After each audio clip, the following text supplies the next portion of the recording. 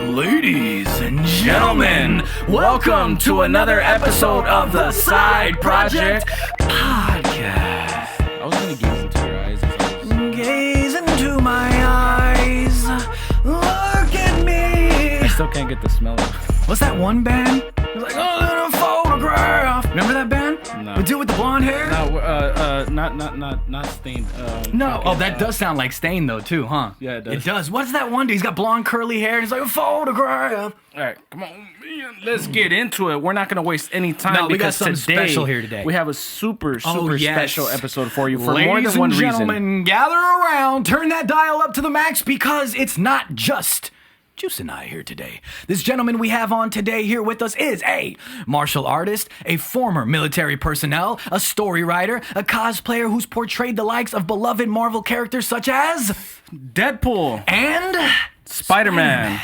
But not shying away from DC either, showcasing himself as Shazam Jr., Robin, Nightwing, and the character I would say probably really skyrocketed as his several takes on Red Hood. This man is a former, for us, Cosplay of the Week. He is as he's told us, fan of the show, and we're super humbled by that, man. Thank you, sir. He's also, breaking news, sent us some Rocky Mountain Oysters here today to eat live on the show because he wants to see apparently us suffer. Yeah, he likes to see us suffer apparently. So our fellow projectors, I guess that's what we're calling our viewers now, projectors.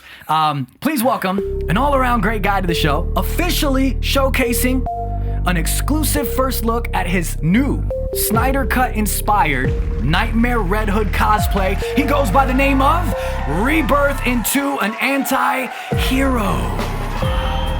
What's going on, man? Not much. How are you guys doing? Pretty good, dude. We're stoked to have you here, man. I will add that he said he did us a favor by letting us know to bread and fry these things. Yes. To burnt nuggets. Yes. Because we wanted to make sure we had them well done. Exactly. We're gonna let's see if we can show the camera real quick. Me and have juicy, bloody balls in your mouth. Yeah, dude. Nah. And for those that don't know, before we get into further talking about a rebirth and everything that's going on here, Rocky Mountain Oysters, some people may not know, they are bull testicles, okay? They're bull testicles. We made them into chicken nuggies. Yeah, and some people may not care. Some people may be like, what are you guys talking about? It's not that big of a deal. We have never had them, okay? Nah, we're good old California boys. We've never had them before. I've never tried them, but we did bread them a little bit like he said, like nuggies, like chicken nuggies, or like calamari or whatever you want to say. So we are going to eat these live on the show here today. Rebirth had sent them to us, so thank you very much, man. We'll figure it out. He says that they're not that bad. Yeah, show him yours. Yeah, show him yours. Show him again. Go ahead. Look at that. Look at that, man. There's a full sushi setup right there. there. Look at that, dude. Look like it's coming from a restaurant, dude. Who are you, Gordon Ramsay? Rebirth into Gordon Ramsay? Yeah, man. So we're gonna be eating these and seeing if we can, depending on how they are, figure it out, see if we like it, see if we die after, throw up, who knows? We got some ketchup in case we need it. We got some vegan ranch because I'm allergic to dairy. We got some Crystal hot sauce and Tapatio as well. And we've got some buffalo sauce to try different things with them and figure out how this So I'm going to dive straight into here. the Crystal Red Hot Sauce. And we're just going to be talking and eating, going back and forth about all kinds of different things here.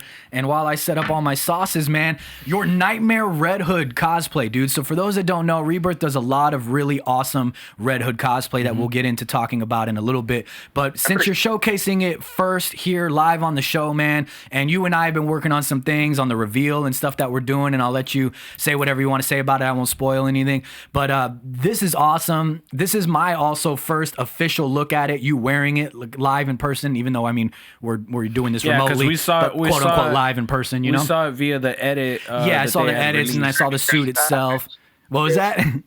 I could still stare into your guys' eyes. So it's pretty yes, much we can live. look at each other. You're looking very nice, man, with the hair there and everything. It's pretty mesmerizing, dude. It's pretty mesmerizing.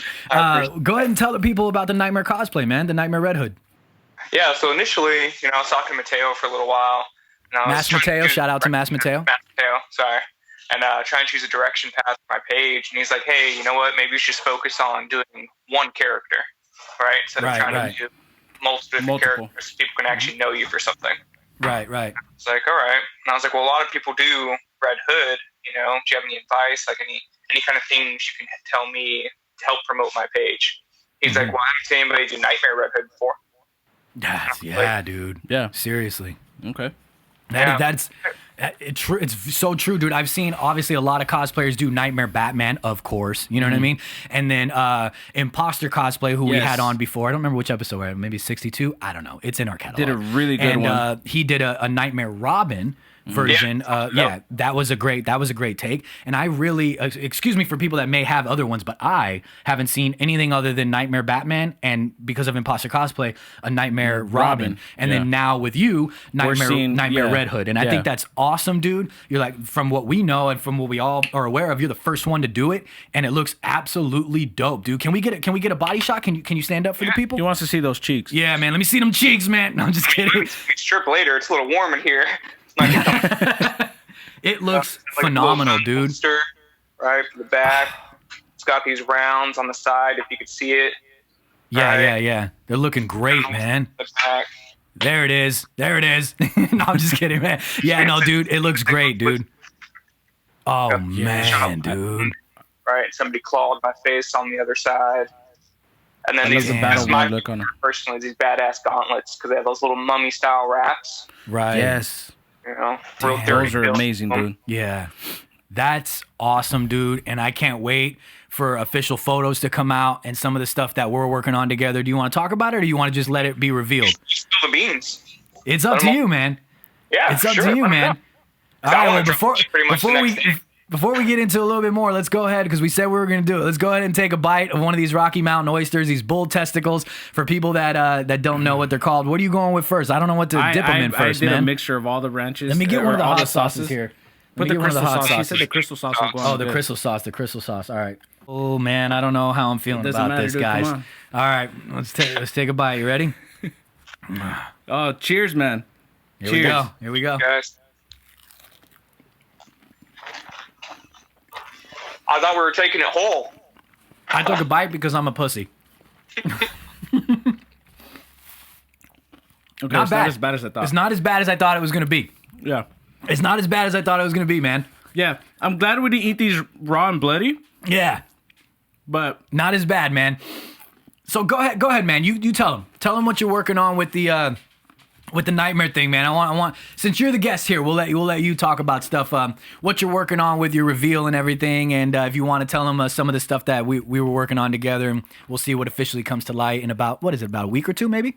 Yeah, week hopefully. Hopefully, yeah. Go ahead, man. So when Mateo told me that, I was like, you know what? I'm going to create my own storyline, because I like to dive into my characters as much as possible, so that way I can actually feel like I'm portraying them. Right. So now I was like, make a storyline for Knightmare. So far, I'm about 200 pages in, right? Damn. Nice. And it's all about Red Hood himself and how he's going to help Batman take out Superman, right? Mm-hmm. So the initial clip, if you want me to give all the teasers, I don't mind. This is going to be pretty much dropping hopefully right after this episode. It's up to you, man. I had a fantastic photographer, Kick-Ass Designs, right? Mm-hmm. He went and he filmed a jail cell for me. And then he also filmed me standing up and turning back after Batman says some pretty impactful things to start off the scene, which I want you to say, since you're the Batman, right? So yeah. Okay, so what's happening here is I'm super stoked, and I'm glad to even be a part of it. Rebirth reached out to me and asked me to do the voiceover work for Batman, so I am going to be doing the voiceover work. I did record it. I wish I had it. I should have had it loaded up so we could play it. But I don't have it, since we're using the laptop here today. I don't have it loaded up. Yeah, you can get the raw version. Yeah, actually, you know what? I think I got it right here. Quick sec. Improving this right here. Oh, there it is. So I'll just play it through the mic. I recorded a couple different versions. We'll give you guys a sneak peek here. A little sneak peek. Won't play the whole thing. I recorded about 6 different versions, sent them to Rebirth to see which ones he liked, and we're going with the Batfleck style version, since it's Knightmare Red Hood, Knightmare Batman, things like that. So we're going with the Knightmare version. So I got this. Batfleck modulation. 1. Everything we love has fallen. If this world has any chance, it has to be done. It's been a while, but I wouldn't be here if I could find any other way. And that's all we'll give him. That's all we'll give him for now. So hey man, thank you for reaching out to me, by the way, and allowing me to be a part of what you're doing, man. I really like this whole nightmare idea. You know, we love the Snyder Cut, we love everything that's going on, both of us with that, which we're going to talk about the Snyder Cut in a little bit as well. And I'm just stoked to have been a part of it, dude. And I'm just glad you even thought of me to do the voiceover work, man. I really appreciate it. But go ahead, continue with everything you're saying. That's a little sneak peek for people there. A little sneak peek. No, I really appreciate the help that you've been with that whole process, and then Juice over here giving me advice as I'm bouncing like a million ideas off him for the future of the storyline. No, definitely, dude. The main goal is like I want to release little video clips, every month or every couple months of a different portion of the storyline I'm doing, and then hopefully get some traction from either a fan series or somebody who wants to get into directing or anything like that to pick it up, give them my story, and let's run with it. Yeah, somebody to kind of tie that vision together and bring it together and present it, actually, because you already have the idea, like you said, you have like 200 plus pages already written down. You got ideas as far as for like the shorts you want to release and all that, which is really dope. And there's one thing that I've said across since we started doing this podcast was that I love cosplayers who truly take a deep dive into the character, knowing about the character, like you said, because you want to do the right portrayal and all that, and I think that's very important, dude. And what you're doing is awesome, and we're just excited to see more content and see you pouring that soy sauce, because I know you're about to take another bite, right? He tried to do that all soft right here in the cut. Like he was just like, pour a little sauce. I've seen. Excuse us if you hear like a lot of like swallowing and saliva or any burping or anything. You guys, everybody knows how it is when you eat. We all eat. You know what I mean? So like, you know how it is. Excuse us if you hear some of that on this episode. Yeah, I've seen some of the Knightmare stuff that you're doing, obviously, since I'm doing the voiceover work for you. And I've seen some of the videos. I've seen some of the pictures. I've seen everything that's going on. And I got to tell you guys, man, when this all gets lined up officially and gets 100% done, this is a really cool way for Rebirth to transition into the Knightmare Red Hood cosplay. And it's really dope. And I can't wait for it to officially come out. Not even just because I'm a part of it, regardless of if I was a part of it. Like, just the idea of Knightmare Red Hood. Shout out to Mateo and obviously yourself for this is a great idea. It's a dope concept, and everything that you're doing with it that you came up with yourself, all the storyboard stuff and everything. Like, I've seen some stuff, like I said, it's really cool, you guys. It's really cool. Yeah, and it's gonna be a way to kind of set yourself apart from everybody that does Red Hood. This is gonna be like kind of your unique take on it, and I think that's something that hopefully you're gonna see, like you said, grab traction, and then hopefully keep going forward so we could get somebody to bring the vision together. Exactly. I think it would be really cool, just a sidebar too, like if at some point in time, somehow, some way, some shape, form, I don't know, if like you got together with someone who did a Nightmare Batman, maybe Imposter with a Nightmare Robin, someone who have like a meetup and do have like a meetup, scene. like a cool nightmare scene of whomever. It doesn't have to be people that were in the actual Snyder Cut. If you watched it, then Cyborg, Mara, right? Mara. Who else was there? Cyborg Flash. What the fuck? Nightmare Flash was there. Chaz making up his own characters. Nightmare Deathstroke. I know, right? Nightmare Deathstroke and Nightmare Joker. Like, it doesn't even have to just be them, but whoever, like, such as Nightmare Red Hood, like other outside ideas, Nightmare Nightwing or something, like anything cool in the DC. Like, it'd be dope if you guys all got together somehow, some way, took like a good photo or video or something. Like, that'd be really cool. So shout out to anybody else. I don't know if you want to do that, but I'm setting it up anyway. Shout out to anybody else that's doing any Nightmare cosplays. Hit up Rebirth and try to make something happen, because I think that'd be really cool, man. Speaking of really cool, she's actually gonna be working on something, right? I can't say what it is. I don't know. But Taddy Khaleesi might be doing a Nightmare project coming up. Oh, I can't wait for that. We'll get into a bit of her stuff a little later. Yeah, we are gonna get a little something about her later. We gotta get her on the show, then. We definitely gotta get her on the show, man. Do like a part 2. And this time we'll eat the bull testicles, not raw, but like just like a seared. And then we'll be like, cool, we had that experience. A little to more do that blood too. smeared on our face, get real Amazonian. A little hint to what's going on later, huh? I shouldn't have told you guys how to cook it, so you guys could have had a little bit of juice in it. Man, maybe we would have been throwing up on the episode. Would have got our ratings up a little bit more. Because it's really not that bad, you guys. It kind of, if you overcook the shit out of them the way we did, you'll be fine. It's not that bad. It tastes like a chicken nugget. It kind of tastes like a chicken nugget, but it does have a little bit of a different texture to it. And if you can't, like, the thing that I don't know if I'm using the right word. It's not like it sucks, but the thing that's always in your mind is that you are eating a testicle. So you can't get it. You can't get it out of your mind if you're like squirmish about it, or you're weird about it, or you've never had it.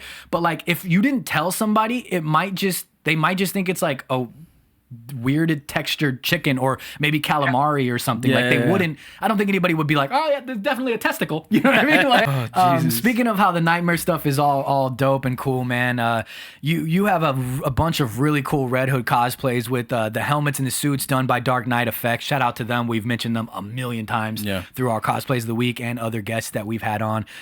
You've got a solid, sleek, angry Red Hood look with one of the helmets. Then you'd also do a rendition with just the eye mask, such as what you're wearing right now, and then you've got a very standout helmet, I would say, with one that has the skull imprint. Yeah, it's the one on the left side right there. There you go. You've got it sitting right there. One with the skull imprint. That's really cool, man. Between Joey Red Hood and Dark Knight FX. Wait, Joey Red Hood and Dark Knight FX?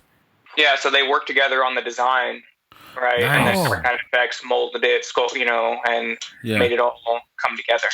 Oh wow, dude! Damn. That's pretty much what I was gonna ask you. Is like, give us a little bit of background on the skull iteration. Yeah. Like, what attracted it to you? Like, what was it them that had it first, or was it your idea for the design, or how did that go? Yeah, that's fucking crazy. Joey was trying to come up with his own original ideas. I'm guessing, right? Mm-hmm. And he came up with this badass Wraith design, and then I'm trying to incorporate it to pretty much a prologue to the Nightmare story. Oh, okay. Nice, dude. Say that one part again. I think it cut out a little bit. So I used the helmet for that shoot that me and Tad Khaleesi did because it was meant to be prologue towards the Nightmare, right? And to tie into it. So you'll see as it's released, there'll be some tying into why it's shaped like a wraith and all that type of jazz. Dude, nice. I'm excited for that. Come together great, dude. Oh yeah, that is gonna come together great, man. We know you. Us specifically more so as a Red Hood cosplayer because of the time frame that we ended up finding you. I said earlier in the intro that we featured Rebirth as a cosplay of the week, and that's originally how we ended up connecting with you. Exactly. And we featured your Red Hood cosplay with the eye mask, and it had all the smoke and everything going around. And I think I made some kind of joke about the smoke or some shit. Yeah. But we dug back in your catalog a little bit, man, and we found out that you did cosplays like I mentioned earlier, such as Shazam Jr. and Spider-Man. And which one of these? Where did you get your start in cosplaying, dude? Which was your first cosplay? It was actually Killmonger. Oh, okay. Okay. So I did like my own little edit of it. I got a used suit from Mark Knight Rises or Marker Boards, right? And because I loved his Killmonger suit, and he ended up selling it to me, and I got that suit specifically to do cosplay for charity. Oh, nice. The group I was a part of, like, hey, you need 3 cosplays in order to apply for the charity, right? And I was like, man, I don't even know what cosplay is. I was like, what is this? We're dressing up as like superheroes? Can I be like a super villain? I want to be a villain. Yeah, gotta be a villain. What's going on here? And they're like, yeah, you can do whatever you want, as long as it's kid friendly. So we're working with kids from households that have been abused, right, and all that kind of stuff. Right. So and that's the work that you were doing through Heroes United AZ, and I believe put on the cape, right? Yep. Put on the cape, Heroes United AZ. They help form their groups together for the most part. And that's when I did Killmonger and Spider-Man and stuff like that. So I started learning that cosplay was a lot more fun than just sitting in a suit for 5 hours trying to get, to raise money for those big magnet centers. So. Yeah, that's cool, man. I really admire that, by the way, too, the whole charity thing. That's really dope, man. I know you just took a bite, but we're going to ask you a question anyway. You're Shazam Jr., dude. I don't see too many Shazam Juniors, man. No, too it's many mainly Shazam everybody Jr. tries to cosplays. do Shazam and Black Adam. You know what I mean? I don't see too many other Shazam family members being cosplayed. What made you want to go for Shazam Jr.? What made you want to go for Shazam Jr. instead of actually doing like more common Shazams or Black Adams? Because Freddy was just sarcastic as hell in the movie. Yeah. Okay. Yeah, it's true. Okay. Yeah. Sorry, I dug it. I can't be a straight edge person. Like I need some witty banter in my cosplays. Yeah. Okay. Yeah. The only other person I saw that's done Freddy Shazam was Pajama Boy Wonder over in the UK. Oh shit! Okay, we'll have to follow him. I think we do already. Do we? I think I do, as a matter of fact, because I started looking back at a lot of his stuff when we were doing yeah. And obviously, as we're talking about things are on the screen for the people that are just listening. If you want to see stuff, they're on the screen. Or if not, go to Rebirth into an Anti-Hero on Instagram, and it's Rebirth _ I can't speak today, man. Rebirth _ and Anti-Hero. See, I almost did the same you thing. fucked it up too. Let's try again. Ready? Rebirth _ Anti-Hero. We're fucking up today. All right, it's the bull testicles. Goodness and long words. All right? It's all right. We're having a very improv episode here today, ladies and gentlemen. Yeah, but it's actually really cool, man. I will hold on. I'm in fucking interview mode right now, man. Yeah, no, dude, I really dig it, man. Shazam Junior in the suit was done by @RV Props. This photo was a while ago, so hopefully that Instagram name is still valid. And I like it, man. Okay, cool. RV Props, you guys check him out. Something. He's like 6'7", and it's his really? suit. Oh shit! Really? So And like it fits you. Wait, how tall are you? 5'9". 5'9". Oh shit! That's a big difference. It looks like it fits you perfectly. You can't tell. I tuck it into my boots. Ah, there we go. Okay. Extra length, I fold it over and refold it under these boots. You can't tell. There you go, man. That's fucking awesome, though. You have another really cool cosplay that we'll throw up on the screen right now. Is your Deadpool cosplay, and something that sets this cosplay apart is you're actually wearing like the X-Men shirt style, yeah. Yeah, the shirt style iteration of this Deadpool, and you don't see too many people doing those, dude. And I really dug that too, man. I didn't get to see it. I don't have the screenshot here, so forgive me. Who was that suit done by? And was the shirt your idea, or was it the? Nope. That suit was done by Elfet over in LA, right? Okay. And he does incredible muscle suits and other stuff too. Nice. And the suit I actually once again bought from Dark Knight Rises. Okay. Nice, dude. Nice, and man. I was like, I love it because if you read like the X-Men comics with Deadpool in it, Yeah. right? One of the comic strips has like, "Hey Scott, you want to see something?" And he's like, "No, I don't want to see something." Right? Wait. No. Bro, like, come look at this. It's on my back. And he's like, oh, man, I know I'm going to hate myself with this later, essentially. Yeah. And he looks at it, and it's just his name, you know? Something that gets a lot of flack in the DC world is the Batman and Robin suit with Batnipples. It gets a lot of flack. A lot of people, have a negative outlook on it. I mean, I get it, though. I kind of get it, maybe. Gotham is damp, dark, it's often lower temperature, so I'm sure it gets colder than a witch's tit out there in Gotham, man. And you took in... What was that? Gotta bring out your inner Jennifer Aniston. Exactly, dude. Yes. Exactly, man. And you took inspiration from that version. The people that don't know, I believe it's I know it's George Clooney. Val Kilmer had Batnipples too, though, when he was Batman? Because I know he was right. I don't think he did, right? Because he was right after Michael Keaton. Mm-hmm. And did he? I don't think he had Batnipples. I think it was just the George Clooney and the, what was his name that played Robin? It's on the tip of my tongue. I can't remember. While Juice is looking that up, no worries. You took inspiration from this iteration of Batman and Robin, the one with the Batnipples. What made you want to do that version of Robin as opposed to maybe others? I think that version of Robin was actually the first DC movie that I've ever watched. Right? Okay. Him, that little red bird suit, him playing with the mop, right after he just got adopted by Bruce Wayne. Yeah. I was like, man, badass. Like, how does he do all those mop tricks? I want to learn how to mop like that. Yeah, dude. He's using a Swiffer. I want to do my laundry like he's Using doing a his Swiffer? laundry. Come on. Yeah, exactly. I actually... I have to make it happen. I'm dude. going to get that. Despite all like the negative press, I guess you could say, that it gets for having the Batnipples or whatever, like I actually dig the way that you look in it, bro. Like you actually brought it to life, and it also has like, even aside from the negative outlook on the Batnipples and everything, if it's accurate to the source material, and if that's what it is, then it's still cool. It's like it's nostalgic, I guess you could say, in a weird way. You know what I mean? Nostalgic nipples. And when I look at it, like it reminds me of when I was younger and I was watching those movies. And of course, at that time, I don't remember how old I was, but at that time, I don't think I really knew or cared or realized about the Batnipples. It wasn't until later, you know what I mean? It wasn't until later I realized it, but But if you really are one of those people that don't like the bat nipples, like you take that out of the picture, and this actually it looks kind of cool, dude. The way that you pulled it off looks dope. You know what I mean? And I actually appreciate thinking outside the box and doing something that is got a little bit more of a negative vibe around it in a sense. And literally, I think it's kind of the main thing is literally just the bat nipples. Like people just didn't like the nipples. You know Which the guy I got the suit from had multiple inquiries about like, is there a way to get this suit without bat nipples? Right? And you were the guy that said, "I'll take it with the nipples." Hey, don't worry about it. I got nipples. It's all good. I remember I asked him about it because it was for a charity, right? This is when I was still doing every charity, and I was like, "Hey man, like I don't know if 6 to 12-year-olds are gonna be okay with me strutting around half naked, with my nipples out." Like, yeah. He's Got like, nipples like AK bullets. One way and that's it. And I was like, all right.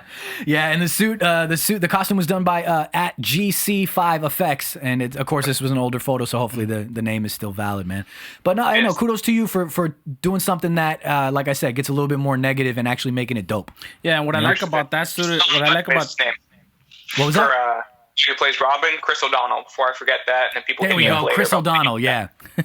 And sorry if for the viewers and the listeners if we keep going. But also like if we keep going, like what'd you say? We got a little bit of a delay going on here today, so we just want to make sure everybody gets what they get. So man, I dig it, dude. You got a lot of really cool cosplays, man, and you got a lot of really cool stuff coming up. All the people that take your photos and everything are really dope. I mean.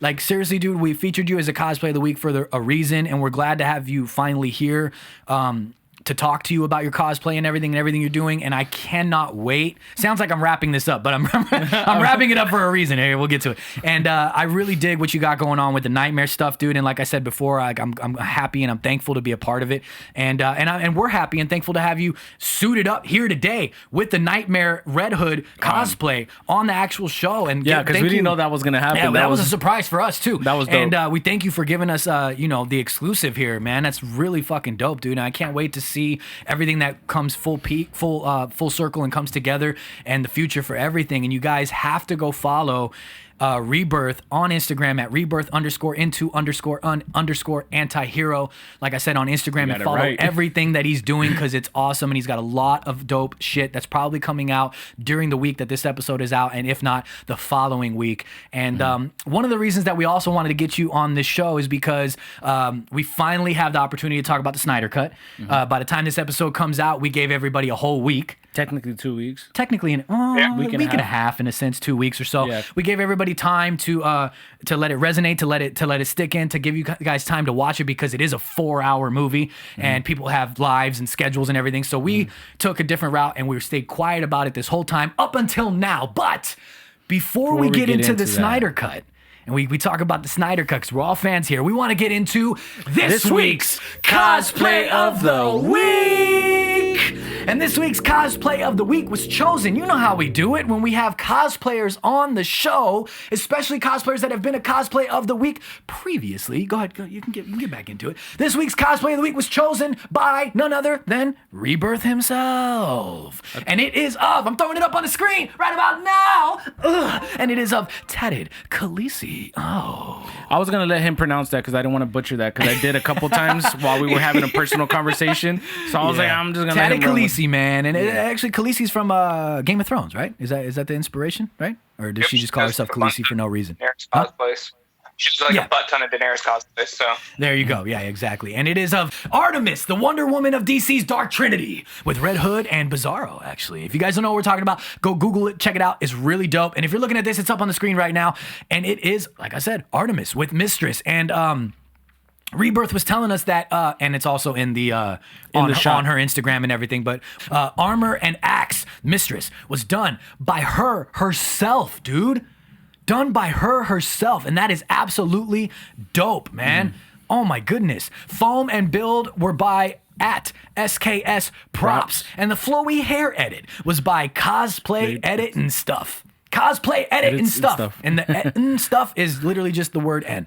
You guys got to check this out. This is really dope. Let's run through it a little bit, man. This is crazy. I really dig it. The axe is gigantic.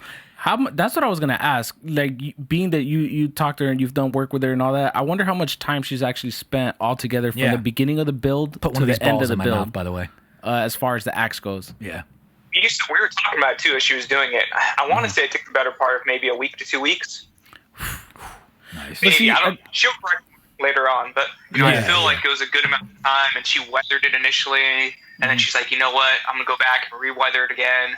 She wanted to make sure it was perfect for how she wanted to represent the character.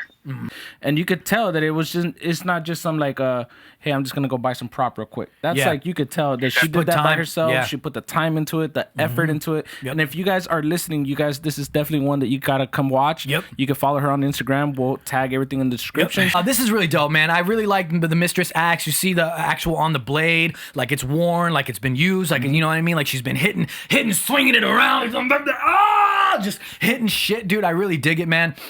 She's got the what do you call this? You know what I mean? The I always wanted to say the crowns. Yeah, like the crown type thing. I always like a tiara type thing. I don't want to misspeak here, but it's dope. It's looking great, dude. The flowy hair obviously is amazing. The piece is golden. I love it, dude. You got the good the leg armor and everything going on. The boots. Her belt. You even got the lasso there. I mean, phenomenal, dude. A really good job, and I really dig it, man. You even got the wrapping going around on the handle where she's holding it. And I just can't get over how gigantic the axe is. Really good job, dude. It's as tall as her, as by seen in the shot.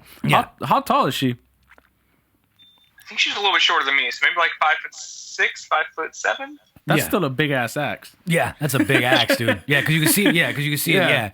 Oh man. Yeah, it's great.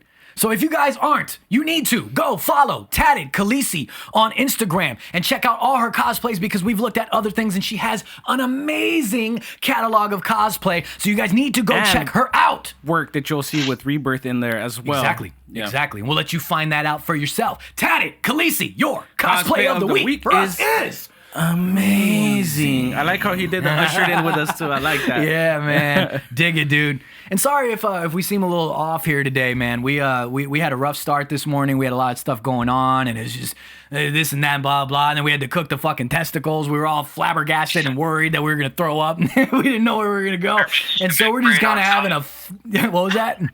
You're about to eat that skin membrane on top. Yeah. We were about to. For those that don't know, we were about to eat the. Because you gotta. They come. They're huge, and they got the skin membrane on them, and it's all veiny and disgusting looking. And you gotta take those off, and you have to cook what's inside. We didn't know. We've never done this before, so we were rookies, and we got a late start on doing the episode. So forgive us if we're a little all over the place today. We're kind of improvising the fuck out of this. But the Snyder Cut, man.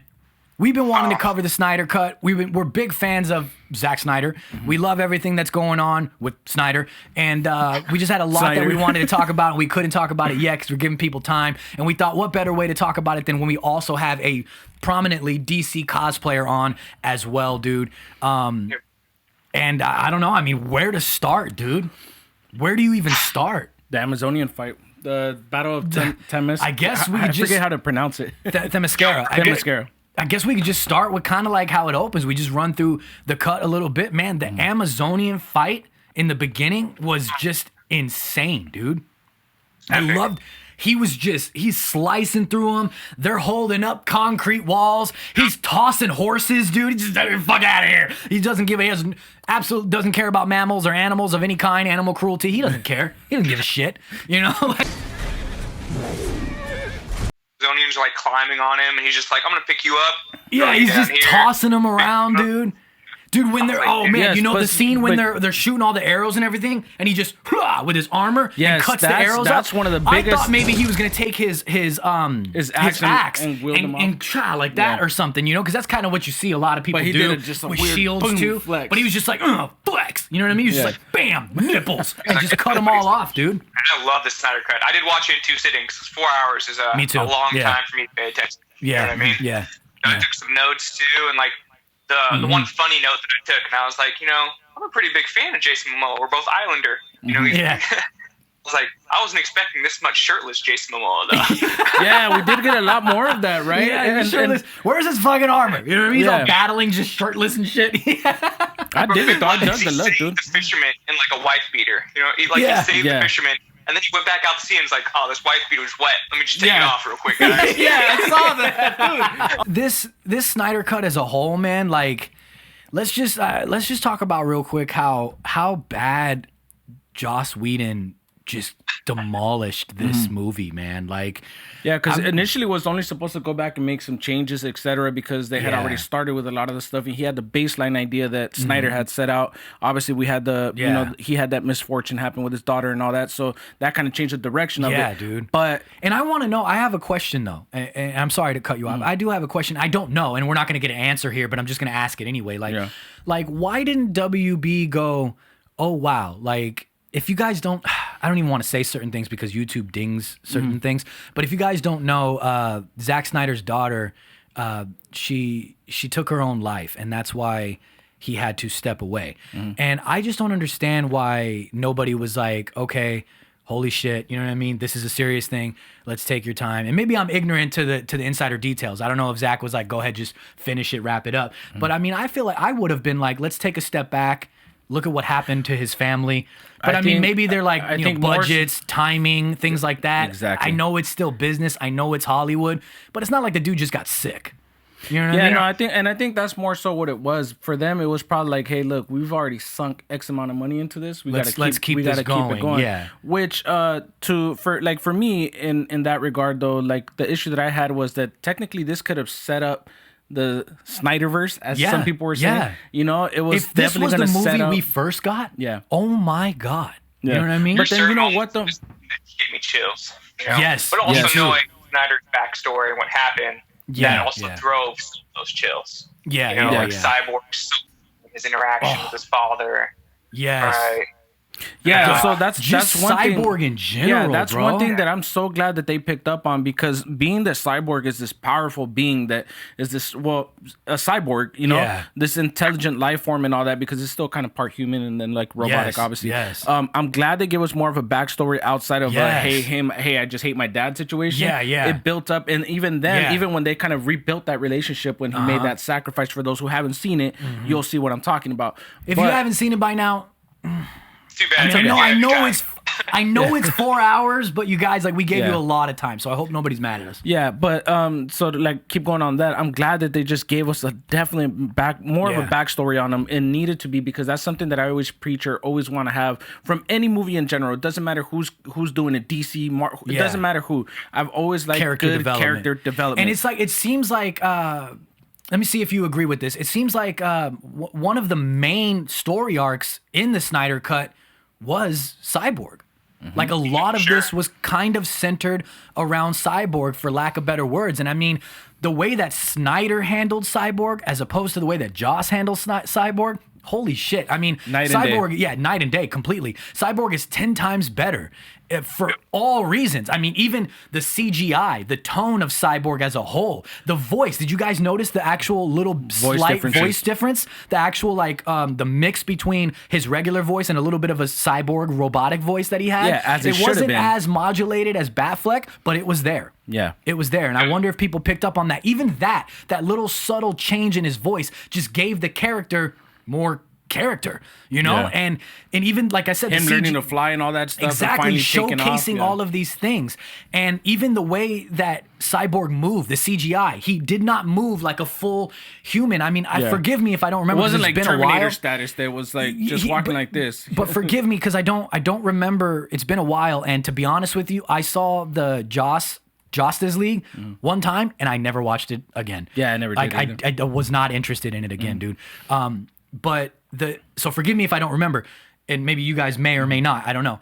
But did Cyborg move like that? You know what I mean? In the Josstice one?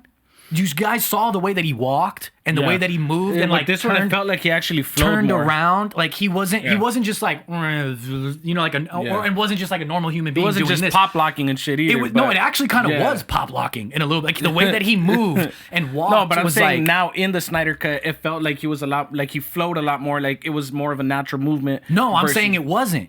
It wasn't natural. He moved a little bit more like a robot, like a cyborg. Did anybody else catch that? I didn't pick up on that. Watch it again. I'm going to, because regardless, I'm gonna watch. And like the way he turns around when Diana's talking to him in the street, and the way he turns around is kind of like does that like little that.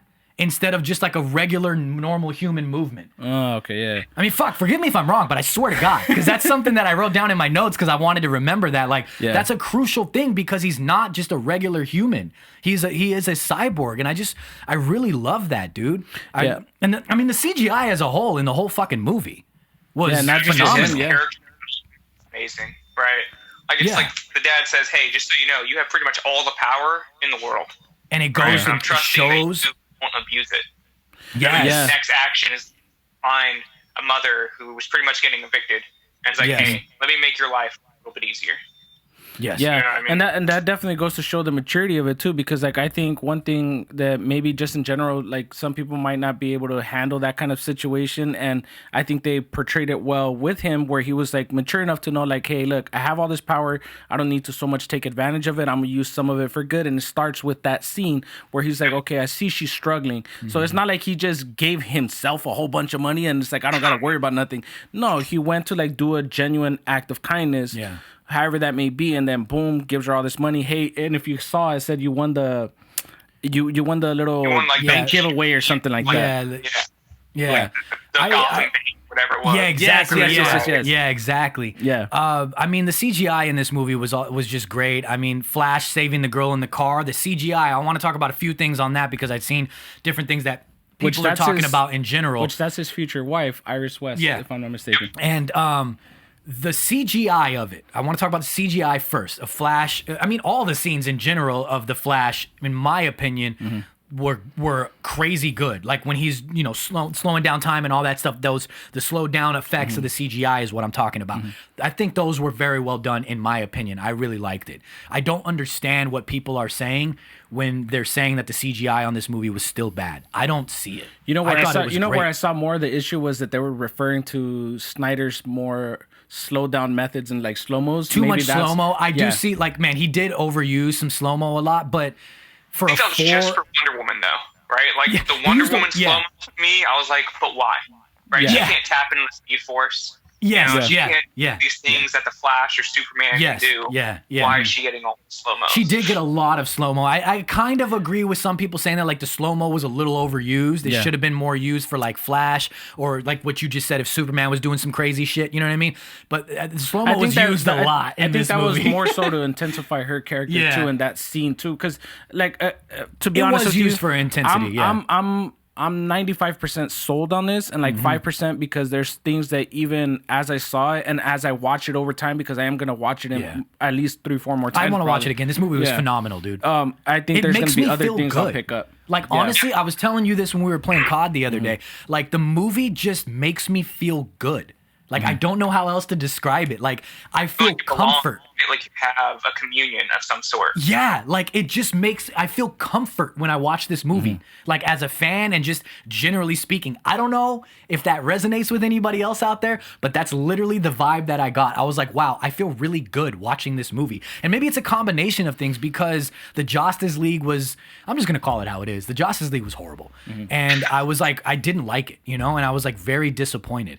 And seeing this, it gave me just hope. It gave me hope that like Snyder this was his vision and this is what needed to happen and this is what we could have got originally had they done things differently. And which I mean nobody could have predicted that situation. But it just like had he had been given more time. Because this was also setting up a lot of the solo movies and giving you a bit of a backstory or like I don't want to say foreshadowing, but a little bit of a character setup because when they all go off onto their own and do their own movies. And this could have opened like one thing that I also had a complaint for, and you guys let me know how you feel. I think one of the things that DC and WB have done wrong, in a sense, but I'm going to bring it back full circle in a second. So let me say the negative part first, and then I have a positive backup on it. And I hate this. I do hate it. Like the constant comparison of Marvel and DC, but it's going to happen either way. It's always happened since they've existed, whether it's comics, cartoons, or movies. It's going to happen because it's just comic book, superhero material in general. I do like the setup that Marvel has in the sense that they introduce us to these characters first. We build a connection with them, and then they bring them together like they As a in whole. an ensemble, yeah. And not always. They have introduced some other characters, such as Black Panther in Civil War. He did not get his own movie first. And the way that they set him up was fantastic, I thought. They did a very good job with handling Black Panther in a non-Black Panther movie for the first appearance. But I think what DC did wrong, and maybe again, well, it is, to me, in my opinion, the Josstice League. The way that they set that up in the Josstice League was throwing too much together at too soon, at one time, and not enough character development. And I didn't feel connected. We've said this before, so I won't spend too much time on it. I didn't feel connected in the Josstice League to Cyborg. He didn't resonate with me. I didn't feel that connected to the Flash either. You know? No, it felt like they used them as a lot of like one-liners and quips and stuff like that. And then just sidebar, I do want to say the stupid comedy that Joss added for Batman. What are you doing, dude? Yeah. What are you doing? And I'm glad that Snyder did that, wasn't included whatsoever. But I feel like you didn't get those connections to the singular characters in the Josstice League. And then when Zack Snyder introduced it, that was still one of my worries going in. I was like, okay, it's 4 hours long. You got all these characters. How is he going to handle it? But I got to tell you, Redemption. He handled it perfectly, in my opinion. 4 hour long movie, which by the way is a great format. We'll get to that as well. And you've got all these characters that are thrown in together that you don't have prior connections with because not all of them have had solo movies. If you're thinking about the timeline of the actual universe, ending with not the Josstice League, not the Aquaman movie, none of that. Let's pretend those don't exist. He handled each character very, very well, in my opinion. What is your guys' take on that? I'll let you go first then. I thought it was really smart how he made me realize that Barry Allen, right, and Cyborg are still young, right? Yes. They're still teenagers to young adults. Yeah. But he helped incorporate that into his story. So every action they made, you're like, man, I can't forget they're younger than, Wonder Woman or Batman. Exactly. Still learning, right? And then he had Cyborg go under Wonder Woman's wing a little bit to, bring him back to humanity, make him think about his actions and how he can still progress, how he's not just a machine. So I thought all of those actions by him were done really, really well. Yeah, give him like self-awareness and stuff like that. Not so much just like, I'm just this, You are a big person on character development. Do you think Zack Snyder, even though it's got all these people rolled into one with the 4 hour time limit that he had, do you think that he handled the character development very well, getting you attached to these characters? So me personally, that's one of the bigger issues that I had initially at first was like, and then again, it's just a little bit difficult because in a sense for like the average person who just wants to watch an action movie, cool, you got it. You'll appreciate Josstice League for what it was. Now, for those who actually cared and like the backstories and you want to be engulfed by this character to see why they're developing as they are in the movie, will appreciate Snyder because he definitely, like I said, the biggest thing that we were missing out on during Josstice League versus Snyder Cut was that Cyborg is such a key character. Key element, yes. So there was no reason why he should have been on the lower end of screen time, on the lower end of his backstory being explained. Made such a big difference adding that different effect to it. Now, he handled it great, dude. You have so many people thrown together and you don't have prior singular movies for them. And when you throw all these characters in at one time, it's difficult to deal with all of their storylines, their character development, their backstory, building a connection to the audience. And Zack Snyder did a phenomenal job at it. Especially with Flash. And then he did that. I think, in my opinion, Cyborg. This time, Cyborg really, really resonated with me. He might be my favorite character that Zack handled in the Snyder Cut. One of the things I just realized, we totally got sidetracked, and I was going to ask you guys a question, and we started talking about all kinds of shit, bringing it back real quick to the CGI and Flash and all the moments of the slow-mo with Flash and the car and everything as well. I thought that was very well done as far as the cinematography and the slow-mo of it, but I see a lot of people complaining about that it was still too cheesy, the hot dog, the girl flying in the air, and it, creepy of him touching her hair and stuff like that.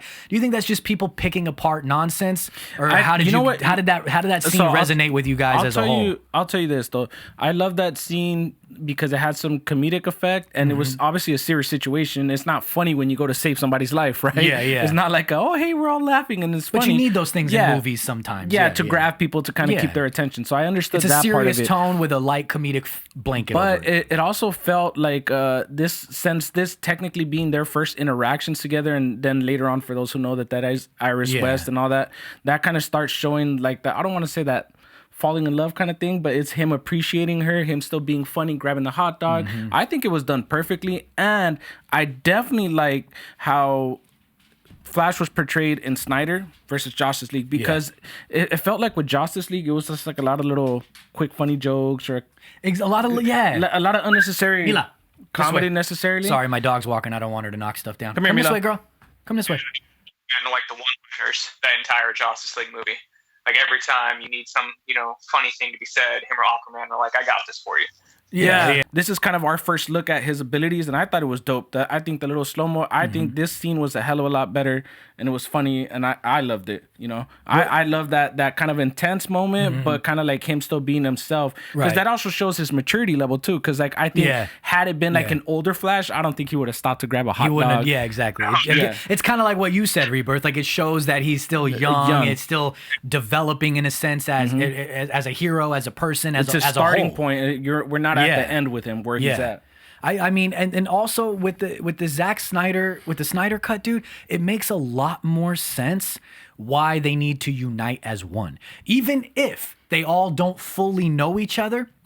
Like this goes to show how much that Joss Whedon cut out, like how much like the meat that was cut out, the story development, the things that make you go, oh, okay, that makes a lot more sense. I think that's another reason why the Josstice League movie was just so confusing. Like he cut out so much. It makes a lot more sense why Batman and Wonder Woman were pushing for the unity here because of what happened in the past. You see the first battle that Darkseid had when he came down, and you see everybody lined up waiting. You see Zeus, you see Ares, you see the old gods, you see the fucking men, Ares the damn near took his Atlanteans. whole shoulder off. Yeah. You see the Atlanteans before they descended into the sea, the Amazons before slavery, the Guardians from the Stars, which is like the Green Lanterns and stuff. You see all of this, and they give you a full-on backstory, and it's not just Diana telling it. You see it. You see the action of it happening. You see the action. You see everybody there, and you see that they defeated Darkseid and they sent them home. They sent them away. United. And that's why the mother boxes stayed, and et cetera, et cetera. They united together, everyone, to get rid of the threat, regardless of their past histories, because like obviously that the Amazonians don't get along with Atlanteans and all that. You know what I mean? Stuff. And so you get the backstory, and it all comes full circle. And again, kudos to Snyder for bringing that all together. And that's something again that I think the Josstice League lacked. It just kind of touched on it briefly, I believe, and then kind of moved on from it. And it just makes a lot more sense. This is why we have to unite, because look what happened in the past when we did. So this is why we have to do it now. That's how we defeat this. You know? And I thought that was like it made a lot more sense. I mean, and then Darkseid as a whole, you guys. What do you guys think of Darkseid? Yeah. I think Darkseid was a beast, dude. It was kind of funny though. It was kind of repetitive in a sense that Steppenwolf kept having to hey, talk to Desaad. Yeah, hey, the parademons, they smell the box, they smell the scent. I'll get the information. Like dude, I thought, like have dude, you guys that's seen that's all like the a constant check-in of like what's going on that you just said 30 minutes ago. Have you guys seen all the memes of Steppenwolf? Yes, dude, it's fucking hilarious. With like kitten eyes, and like when Desaad was like 50,000 more worlds, and he looked up, his eyes, he did really look like he was about to cry, dude. Yeah. Like, oh my god, like I'm working so hard here, I just want to come home. Yeah, and I thought that was hilarious, man. But let's get your take on some stuff, man. We've been talking up a storm. I want to get your take on some stuff, dude. Did you just love how Granny Goodness was there? Like, Yes, they didn't touch on her at all. Yeah. But it was just, I think it was an Easter egg type of situation. Yeah, I think it was just a little thing. I wonder if there's a Snyder cut of the Snyder cut. You know what I mean? Where there's, like I'm sure there is, cut, obviously. like an ultimate cut. Yeah, or some you know what I shit, mean? yeah. Where there's more things that I wonder what's in that, in the extra footage. I wonder if she has any lines, or I wonder if they have more interaction with Steppenwolf and Desaad and her, and maybe a Darkseid. I wonder if there's anything more. But either way, I think it was handled pretty damn good. I know people just want to complain, I think. Yeah. I really don't think, in my honest to God opinion, I really don't have too much negative things to say about this film. I really don't. Besides like maybe little things here and there that I'm like, but just like you can't pick apart every little thing. Like I was talking to our boy Roger, and I was like, I'm like, let's see if I'll bring this. He told me not to bring this up, but I'm gonna bring it up anyway. So like you see in the Amazonian fight when they're fighting Steppenwolf, you see the two Amazonians holding up the concrete wall, right? Mm-hmm. And yeah, they are struggling with it. They're keeping it up long enough, but you can tell that it's absolutely heavy as hell. Yeah, and it's crushing them. It's heavy as hell, and I'm sure that's gotta be, I mean, tons and tons and tons, right? Yeah. And the weight. I'm saying the weight. Yeah, easily, right? But then when at the end when Steppenwolf is about to quote unquote win, grab the mother box and leave, he throws the one of the Amazonians and the horse lands on top of her. And you're gonna tell me that they can't lift the horse off of her? They're holding up that concrete wall. She got injured, man. She rolled her ankle or some shit. They can't lift the horse. I mean, I don't know. I don't know. Yeah. She was injured, and they were both kind of injured because you see her walking with a limp too when she's going over to her. So I get they were both injured, but like my point to this is like that I was like I would like something different. I'm okay with it, right? Like Green Lantern, exactly. You use imagination, creation. That's know that's part of the power of the rings. It creates what you want it to. Yeah, you're just gonna give me laser beams. Exactly. Like you could have done a little bit more. Oh, can we talk about when he killed? He was about to grab. I don't know how to pronounce his name, by the way. Do you know? You guys know that Green Lantern is? I was. Do you guys know who it is though?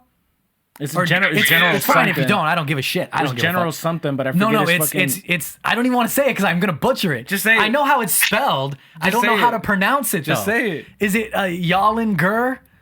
I think that's how I heard it. Yalan Gur or Yalan Gur. I don't know how to pronounce it. We're guys. Gonna go with Yolinger. It's like Yolanda, but it's the Yolanger. Yeah. But anyway, that's who that Green Lantern is. Like, Power Beams was still an epic scene, right? Yeah, it was still an epic scene because you got everything going on. Yeah. But I agree. I would have liked to see some more Green Lantern-esque stuff going on from there other than just a simple laser. But can we talk about he chopped his hand off, he killed him, and then the Green Lantern and the ring? He was about to take it. I was like, when he was about to grab the Green Lantern, the ring? I was because could you imagine Darkseid like already being this powerful being that he is, and then having that oh my god, power. I mean, Darkseid was amazing because like they gave you just enough for you to be like, this dude's completely badass. Yeah, right? Dude. It made you want to see him fight against Superman. Yes, but they didn't have him fight against Superman. I know, that's so well done. That makes me want to go to the next movie. Like just know that battle would happen. Makes me want to go to the next one. And the way that he was at some point it's gonna happen. You know, I mean, obviously it's different. You know, stuff kind of changed in the direction of certain things change. But the way it kind of led off, even with the end credit scenes and even with that part where he goes, "Oh, we'll go back to the old ways." That's kind of insinuating like there's going to be a continuation. Ready of the this. Armada. Yeah, right. Ready the Armada. And what's the actual line? I don't remember. Ready the Armada. We'll do it the old way, or we'll go back to the old ways, like you said. Yeah, that was a great line, dude. I thought that was a great line. And then you see him using the Omega Beam underwater. Woo! That shit gave me chills, man. I loved that, dude. Scenes in this movie, it was insane. Yeah, there's so much to talk about. I know this episode's running on a little long for people, but Jesus Christ, like this movie was absolutely amazing. Like I love the fight when Superman comes back. When they're fighting, when Superman first comes back and you see all the Justice League there and they're like, oh my God, he's back. You know what I mean? And then they're fighting each other. That scene was so much more well done than in the Justice League. And I really love, like I said earlier, how Zack Snyder did not include those cheesy one-liners from Batman. Yeah, I didn't like that at all in the Justice League. I didn't like it at all, dude. But I mean, even the score, the music behind this movie was great. The only thing that I didn't like, I agree with a lot of people that are going around, is how often Snyder used the Amazonian like you know what I mean thing. Like I mean, fucking Diana took a breath and it's like you know what I mean? Like fucking Amazonian music. She fucking moved. She blinked an eye and it's like like every fucking time, dude. I was like, they just had somebody on cue standing by. Yeah. Thing. Well, like my bad again. It cut out. What was it? Flash was the one going fast, right? But just because it had Wonder Woman in the scene, it had her music over him in the Speed Force. And I was like, what the hell's going on? What's going on here, dude? That's my only negative thing that I really have to say. It's not that big of a deal, don't get me wrong. I just think it's actually kind of funny. And I don't know if you needed to include the fucking Amazon. There's moments where it happens and then literally like it cuts out and then 5 seconds later it comes back again and then it cuts out and then like 2 seconds later it comes back again. He must have just loved the Amazonian music, dude. Hit it again. He's probably in the editing room. Go ahead, hit it again. One more time. And then the guy's like, no, sir, we need to cut it right here. He's like, hit it again. I wouldn't have been surprised that if as they're rolling out credits, he's sitting there. Yeah, he's like, at the end of the credits, you think we should do the Amazonian? They're like, no, Zach, no. Let me ask you guys both a question, and we'll start with your response first, right? And then, do you think this movie would have been as impactful had we not had the first one to kind of compare it to? Because you see what Josstice League, and then like for those who understand and knew like the backstories, like you yourself, you're big into DC. Obviously, you do like all this DC cosplay and all that. I got some good shit to say about this one. We're going to let Rebirth go first, though. Do you think it would have been as impactful, or it would have interested people as much had we not had that essentially bad comparison to Snyder's version? Good question. Two categories, right? Like if you think about like Marvel, DC, a casual moviegoer can go watch any Marvel film and leave happy. You know, just enough quid pro quo, funny stuff, lighthearted humor, all the way going throughout it. DC is not the same way about anything. No. Right? DC is tend to be more brutal, character build up, right? There's tragedies that happen that are unmistakable. So for the comic fan, they would have noticed all the nuances going on, right? Like that scene from Cyborg and his father, straight out of the comic, essentially. Yes. You know what I mean? Yes. Like, you would have noticed that. You would appreciate it. You would have loved the song choices, even with the funny Flash and the Iris West. Like that song choice he had about me holding you and taking you down to the ground, right? Yeah. But I'm looking at you from afar. Immediately made me think of like Goo Goo Dolls from Iris. You know? Which is Iris West. So hey, there you go. Maybe they did that for a reason. Yeah. But like, I think DC fans would have loved Snyder Cut regardless of the terrible movie that came beforehand. Yeah. But casual moviegoers, I don't think they would have. Interesting take, dude. Right, it's a very, interesting very take. So. Yeah.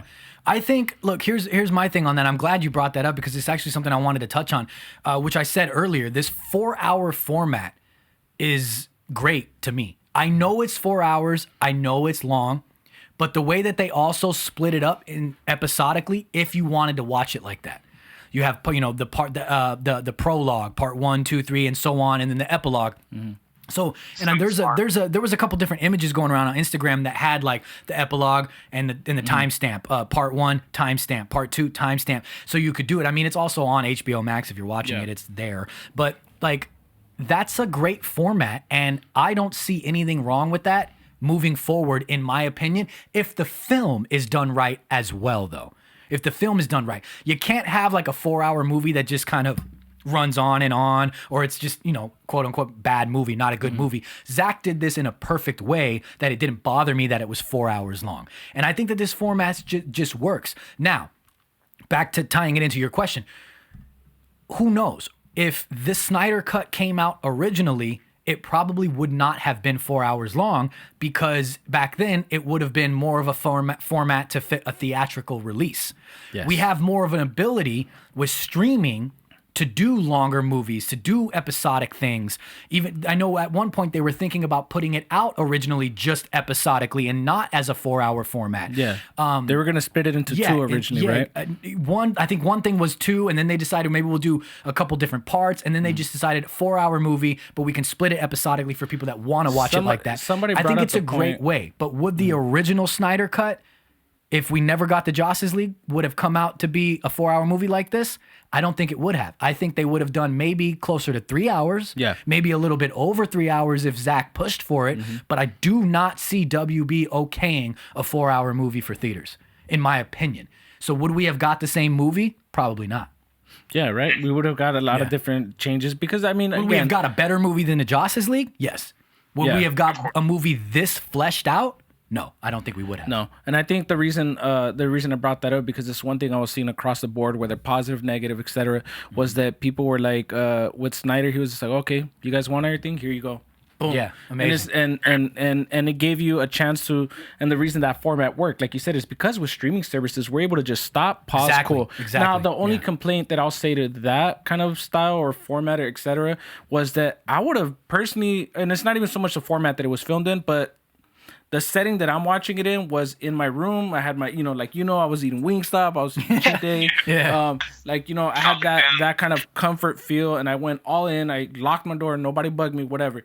I would have loved to have seen this because of like the backstories, because of how they explained certain things, and Flash was different, and Cyborg was different. Even the brutal, like the epilogue conversation between Batman and Joker, like I would have loved to have seen that in a theater just because of like the surround sound, like you guys know that feel. Yeah. We were able to experience that feel before everything the way it is now. But I think that also would have made a difference, because then you also got to think like the music and the sounds and everything would have been a lot more impactful. You would have it would have grabbed you more. You would have been a little bit more interested. I think that's my only. I thing. both agree and disagree, because I'm just a different person. I'm not like saying that your thing is bad. I'm just saying I actually would have. I'm a fan, so I would have liked it. Let's say it was the 4-hour cut. Okay, if that was in theaters, I wouldn't have wanted to sit there for 4 hours straight in a theater. That's just me, personally. It's a little long. But I also know that one of the things that they were saying is if they did release the 4-hour cut in theaters, they were going to do an intermission. Yeah, which would have worked. Kind of like when they do plays and stuff like that. They were going to cut it into 2 and 2 with like a 15 to 20 minute intermission. I'm sorry, what was that? Get some food that's not, like $30 for some popcorn. Exactly. That part I don't miss. I don't miss paying like $60 for a cup of ice water. No, like not I at don't all. miss that. Yeah. But I do miss like certain, just like I get what you're saying, and I agree with you on that part. I do. But Yeah. in this particular case, I don't know with if a you would have 4-hour sat through a movie, I 4-hour wouldn't have wanted to sit through a 4-hour movie in the theater. That's just my opinion. It's my personal opinion, and I'm not knocking anybody that would. I actually dug the straight to streaming, 4-hour long, episodically. You can cut when you want, or you can watch half if you want and get back to it. I actually dug that format, and for these big epic movies like this, I wouldn't be opposed to more superhero movies being like this. I really wouldn't. Let's wrap this up. We're talking about the Knightmare Sequence, man. I think it's only right we talk about the Knightmare Sequence. I was waiting for you to keep going. What the fuck's going on here? I was trying to give that smoldering, intense look. I love the interaction between all the heroes and the villains and the not so likely team up going on there in the Knightmare Sequence. I loved it. I think the big thing that everybody's probably waiting for us to talk about is Joker. So let's just get right into it, dude. Joker. Love how he had like all of those little sheriff badges, Right, Made me think like, where'd you get those? Just kill those people along the way to get here. Like where all that type of stuff comes Exactly. Probably did. Yeah, he probably did, he because also gave the cosplay ideas, right? Like now I'm gonna get a Joker card. I'm gonna rip it in half, stick each side in my boot, and torch him a little bit. Yeah. So I can be like, hey, I'm gonna who you team up with Batman. Like I'm going after the Joker as I'm going after Superman. Yes. Hell yes, dude. Oh yeah. What did you think about I'll give you a little bit of my first. I liked the look of Joker 10 times better than the Suicide Squad Joker. Yeah, I dug the really long hair. I dug the no tattoos. I dug it a lot more. Extra stuff. Exactly. I did like his voice a little bit more, but the laugh still bothered me. Didn't quite hit it for me 100%. That bothered me. I'm not saying it was horrible. No. I'm just saying it didn't 100% resonate with me, the laugh. But everything else did, the voice and things like that did. My favorite part of the whole situation was when Batman was just like, fuck you, I'll kill you type thing. Like when he was having that. I will fucking kill you. Yeah, I will fucking kill you. Like when he was having that kind of interaction with him.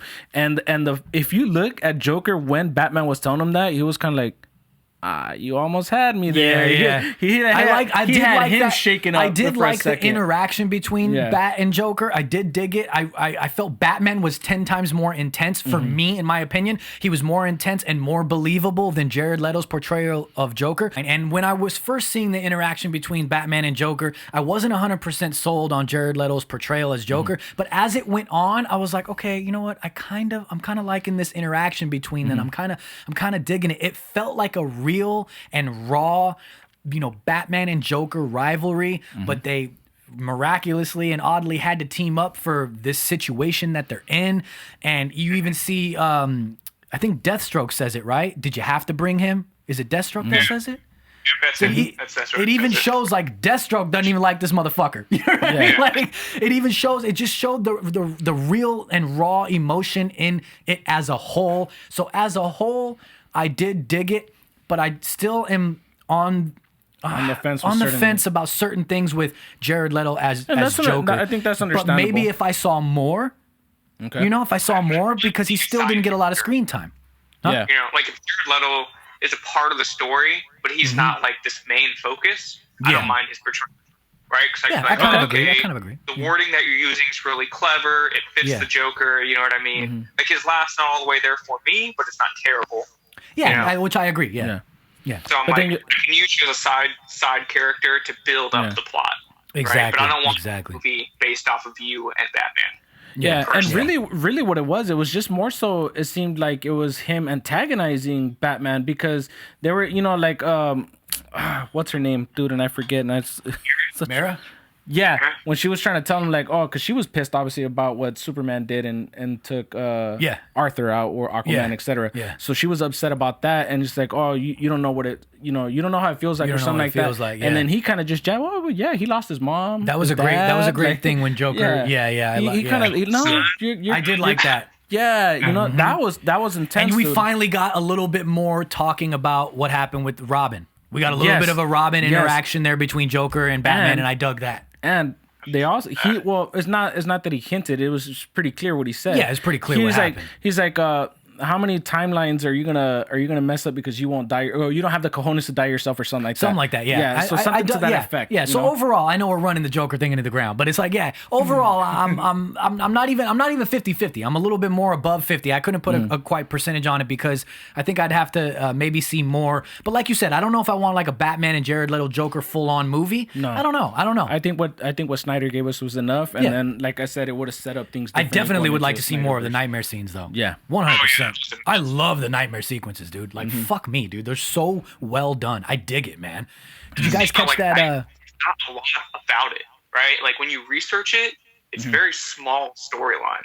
Yeah. So I'm like, man, there's so much you can do with that. Yes. And, your baby at that point. Yes, dude. You can make on it.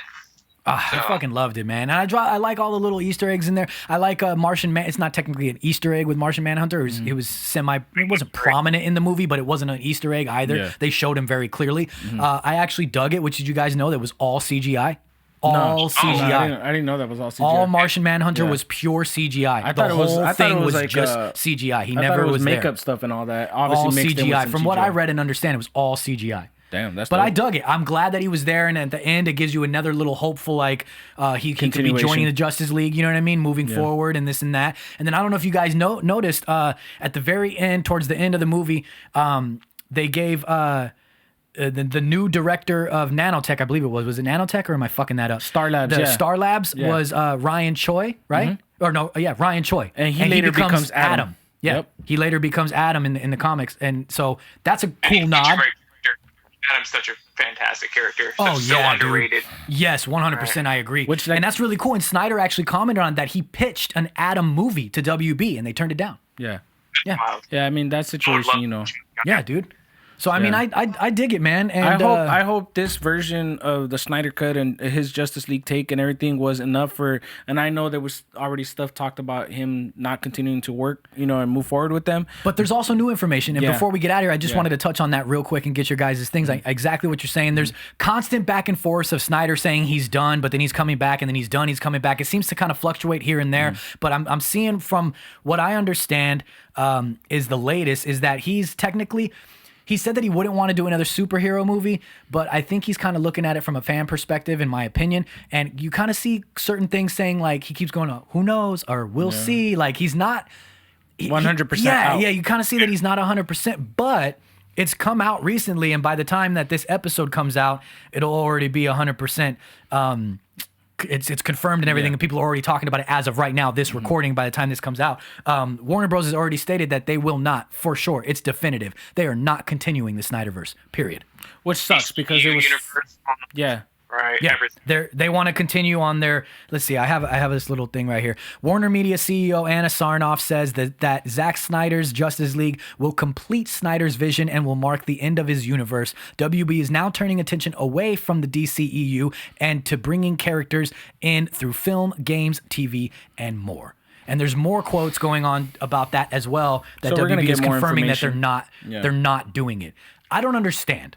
I really don't. And I don't want to trash talk anybody, but I'm dead serious. Like, you see the reaction over all of these years. Everybody's wanted it. We finally got it. And the reactions are absolutely amazing. Why wouldn't you continue with it? What the hell? Yeah. Why wouldn't you continue with it? Real quick, we do, I don't know when you guys are gonna end it, but you mind if I do that shout out real quick? Yeah, go ahead, man. Yeah, we talked yeah. about it. We already know what you're doing. Yeah, we are gonna wrap up. So go ahead, man. Say whatever you want to say as a whole. This is your time on your to cosplay. shine. This is your time, man. On your cosplay, on anything that you've got going on the Snyder Cut, on anything that you want to shout out, anything you want to give, say to the people, anything at all. This is your moment to shine before we leave. All right, real simple. I love you guys, obviously, right? The podcast. Thank you. Makes me happy. I laugh. Thank you. I'm finally have to be a part of it, because half the time I'm like, I want to say things to you guys as I'm watching your episodes, and I'm punching your faces through. But there's a new energy drink that my buddy and a few of his friends started up. It's called Bulkhead Energy. Right? If you type in the code Rebirth10, you get 10% off. It's veteran owned, made by veterans.